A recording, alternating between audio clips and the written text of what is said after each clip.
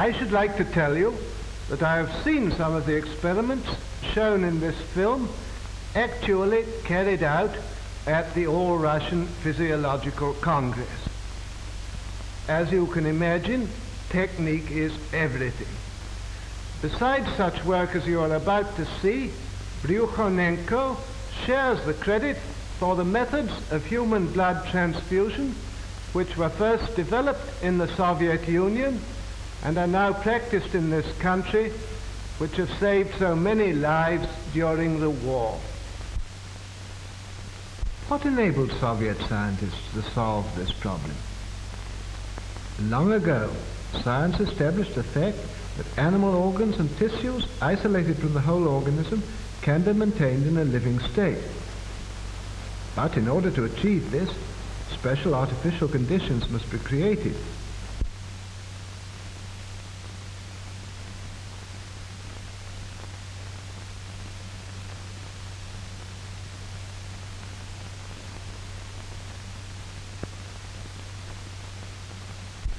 Isolated organs can be brought to life even though they've been removed from the animal's corpse some time after death. Here's a dog's heart.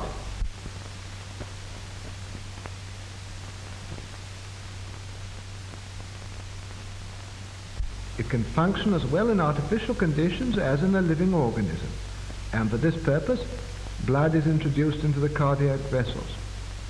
The isolated heart beats just as it did a few hours previously in the living dog.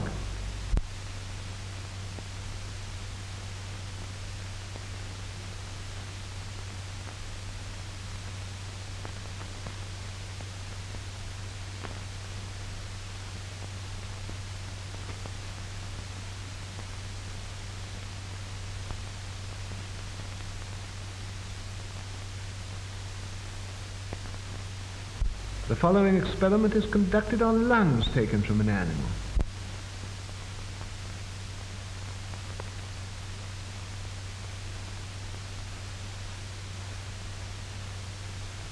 Bellows distend the lungs and fill them with air.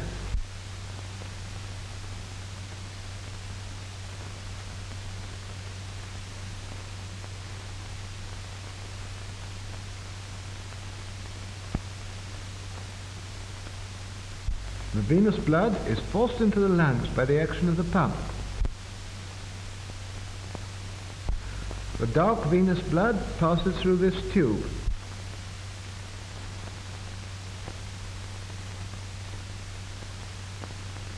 In the lungs, it takes up oxygen and becomes arterial blood.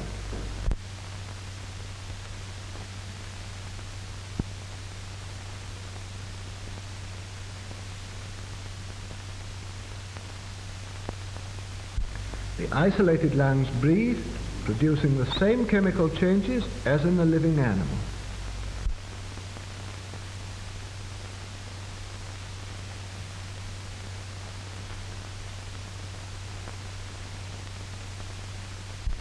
An animal's head can also live in the isolated condition.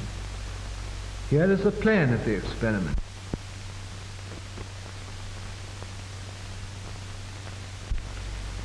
The arterial pump takes arterial blood from the reservoir to the head, while the venous pump drains off the venous blood. The blood is arterialized in the reservoir, where there is a steady flow of oxygen.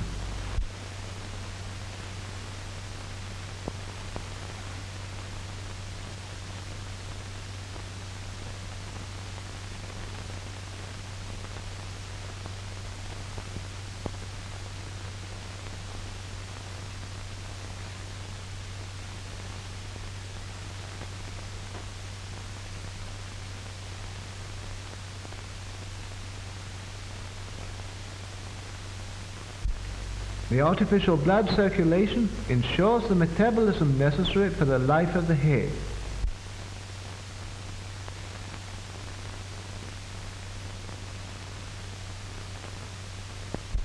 The isolated head lives on for hours and reacts to external stimuli.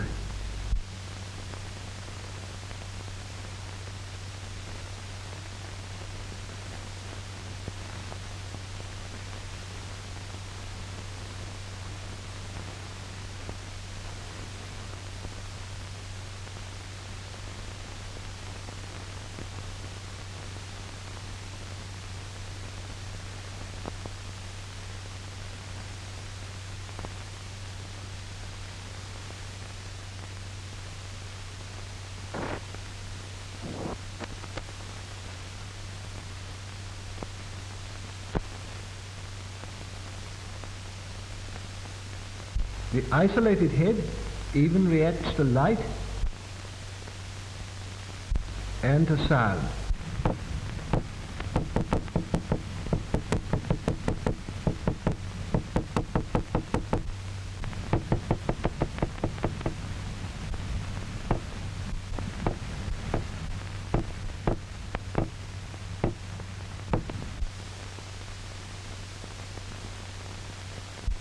The revival of individual organs enabled scientists to proceed to experiment on reviving the whole organism.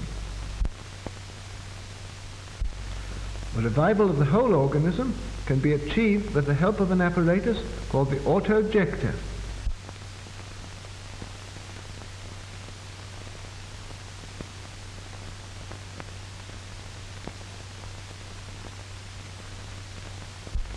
The auto-ejector carries out the functions of the heart and lungs.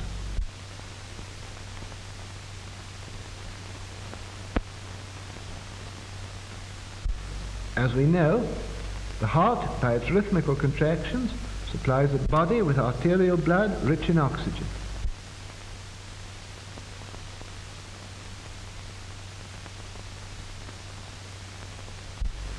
After losing its oxygen, the blood returns to the heart through the veins. From them, it flows into the lungs, whence with a fresh supply of oxygen it returns to the heart, and thence flows into the arteries of the organism.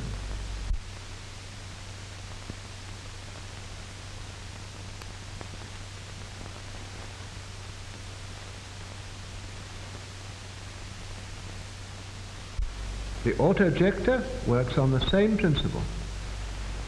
The apparatus includes a system of pumps for supplying blood and drawing it off.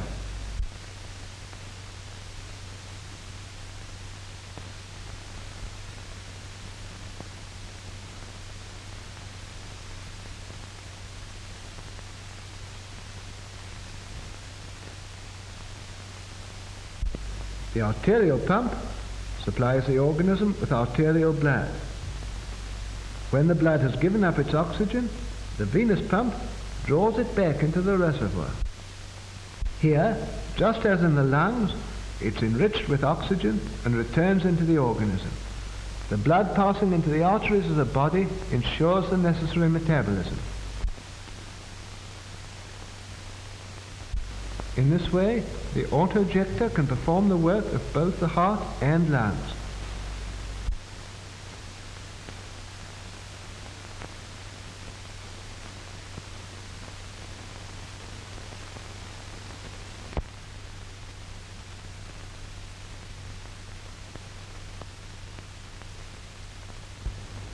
We begin the experiment of revival. The experiment is carried out on a dog.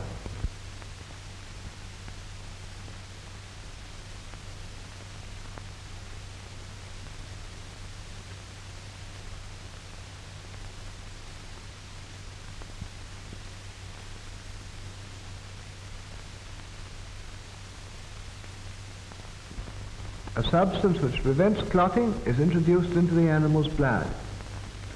The dog is under an anesthetic. It doesn't feel pain. No interruption of the animal's normal functions has yet occurred.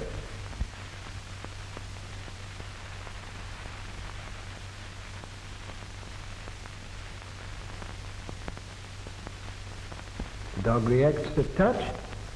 Its pupils are normal.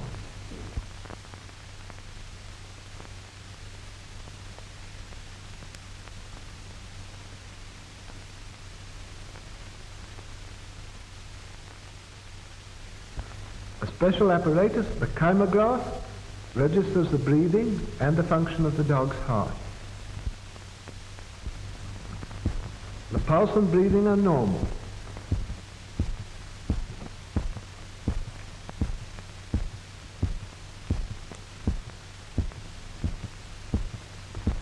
The experiment begins. All the blood is drained off through the carotid artery.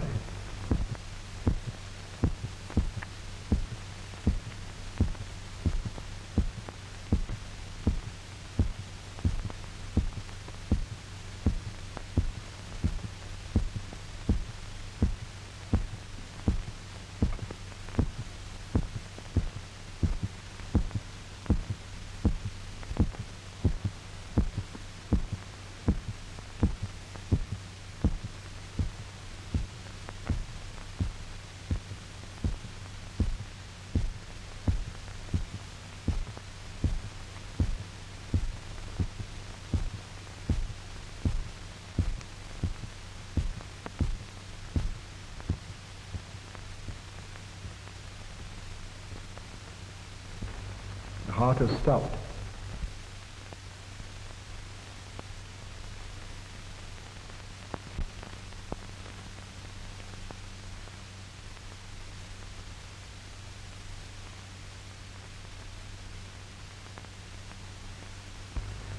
This is one of the animal's last gasps.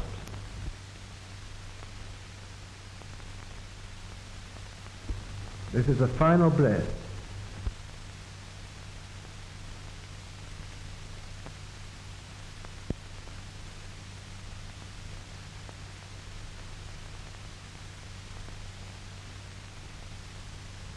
The dog is dead.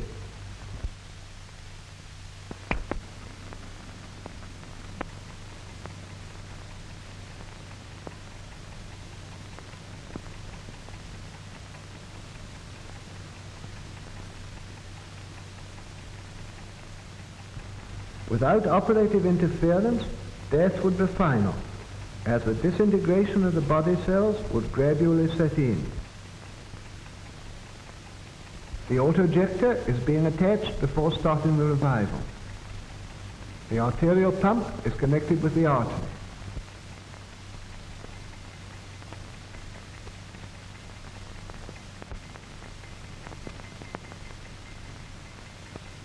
The venous pump is connected with the vein.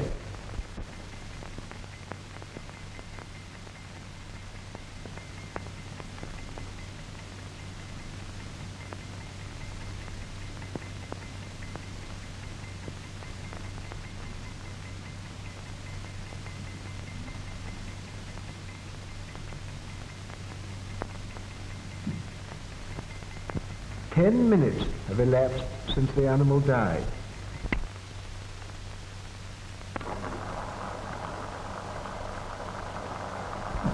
The blood removed from the animal is pumped back into its vessels by the autojector.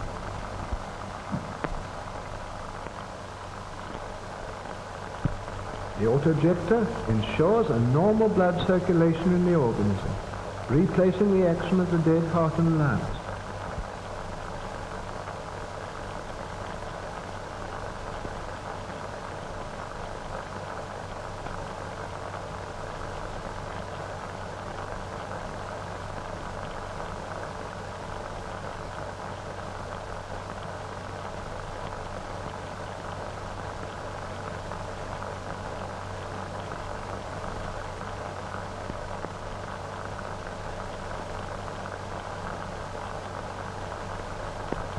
The artificial blood circulation gradually induces the heart to start beating again.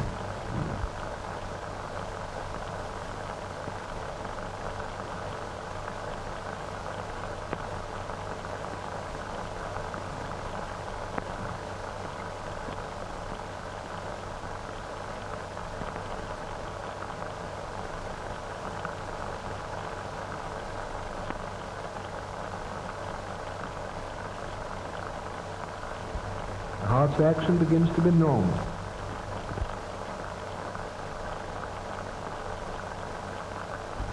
First sign.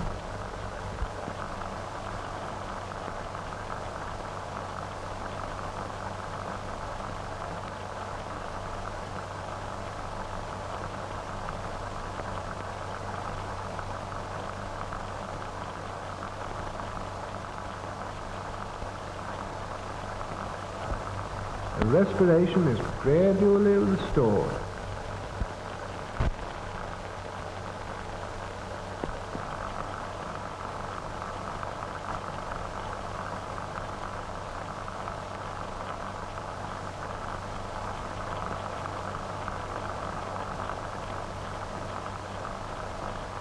The dog breathes more normally and evenly.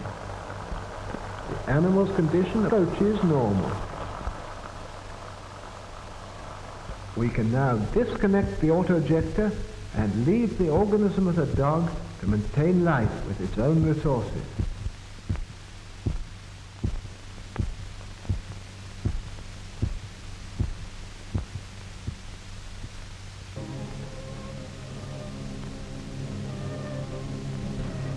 The dog soon shakes off the effects of the anesthetic. The dog is still weak, and can't move.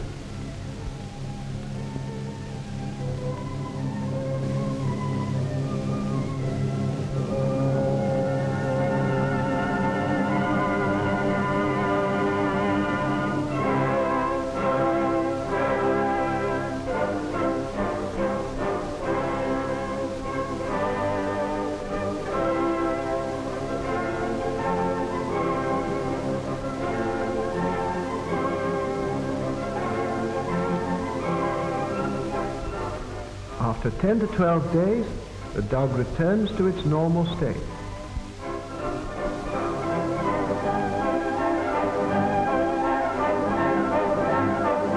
After the experiment, dogs live for years, they grow, they put on weight, and have families.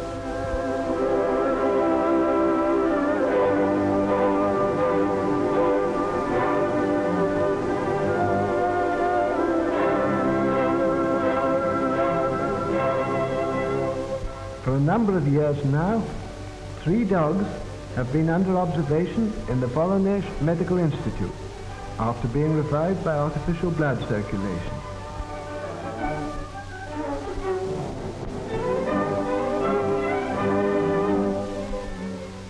This dog, Bunny, was revived in 1939 after having been dead for 8 minutes. Black Ears is the offspring of revived parents. She herself was revived in 1939 after 11.5 minutes of death. Naida was revived in 1938 after 15 minutes of death.